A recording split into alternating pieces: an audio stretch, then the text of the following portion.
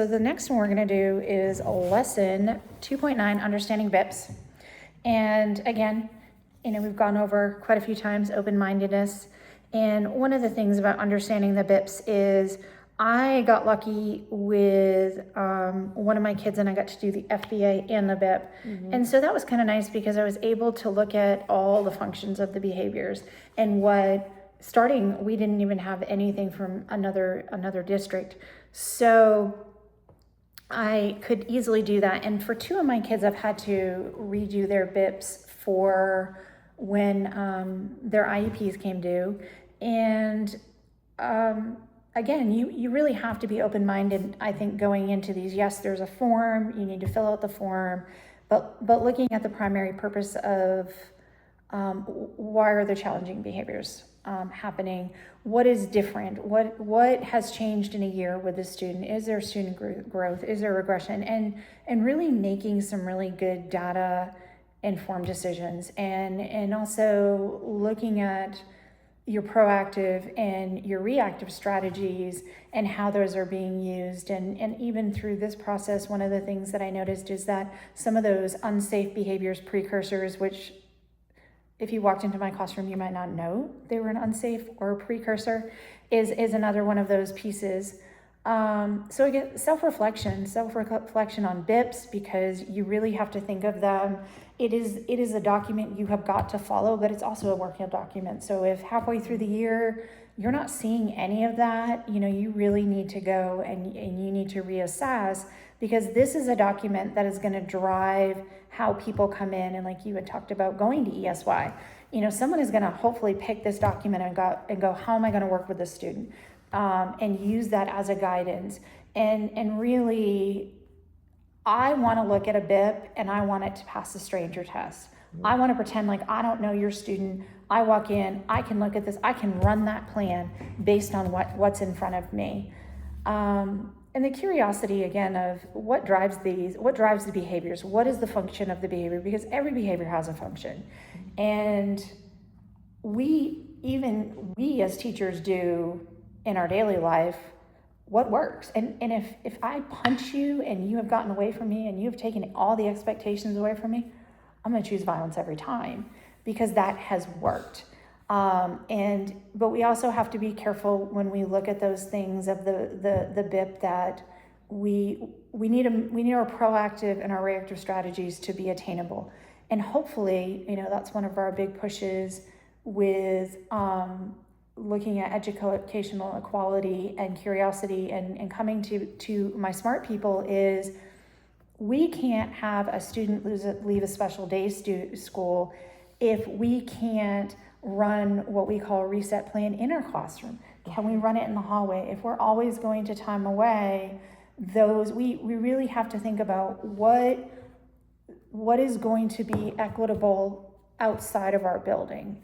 And we also have to make sure that for our kids that do go outside of our building, that our BIPs are pretty strong, because that is going to be the key component to determining if a kiddo stays in the least restricted environment. Sometimes we know that too, that people were not following plans, and because they weren't following plans, our kids went back to these pieces.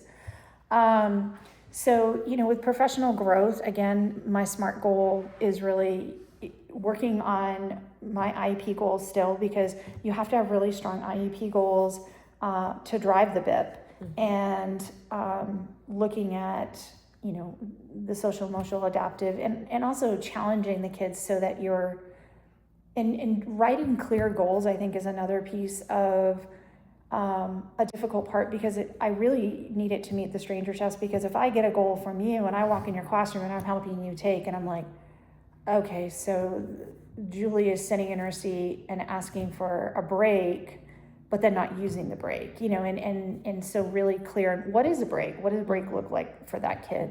What does a calm body look like? Mm-hmm.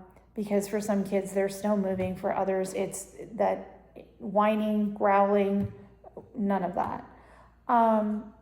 So what do you find the most effective for ensuring BIP implementation and consistency in your classroom? What I have done, and I've used this for a few years now. I used a different form this year, and I really like the form. But our BIPs, yes, we want it to pass the stranger test, but unfortunately, there are still some wording and some verbiage in there that we have to use. That's a little bit more confusing. So I do a behavior plan at a glance, or a behavior support plan, or behavior protocol, whatever you want to call it, and I break it down into the proactive, the reactive. I even have a space for verbiage because each kid has different verbiages. We don't use A-B verbiage with a kid on a straight 5 token board. So I want to make sure that the staff are really aware of what verbiage we're using with each kid, so we have that consistency in the feedback and things like that.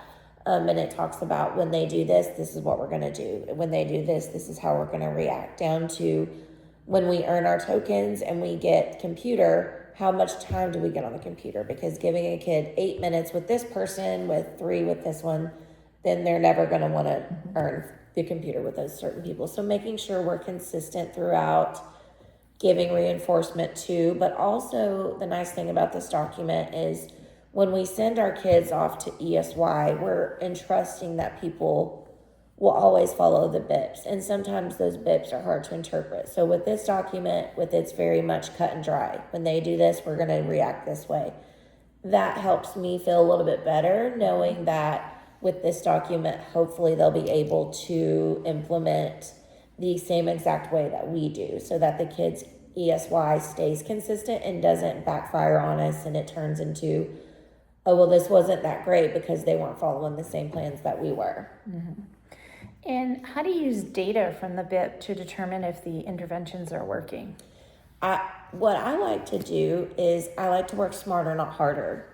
And because our IEP, the way we do BIPs in Knox County now is we actually have to implement goals and objectives from our IEP into the BIP. Mm-hmm. And when we do progress reports, we're required to take data on the BIP. So I like to try to take my behavior plan and implement the strategies or the replacement behavior into the IEP goals and objectives. I can't tell you how many times I've read goals and objectives for a kid to ask a break, but the function of their behavior is attention seeking. Mm-hmm. A break isn't effective with a kid that's attention seeking. So making sure that our BIP is aligning with the goals and objectives that we're doing and taking data on, because sometimes people aren't quite understanding that how we write this BIP needs to be mesh well with our IEP instead of being 2 separate entities. We want it to flow together. Absolutely. So trying to work smarter, not harder, and do IEP BIP goals.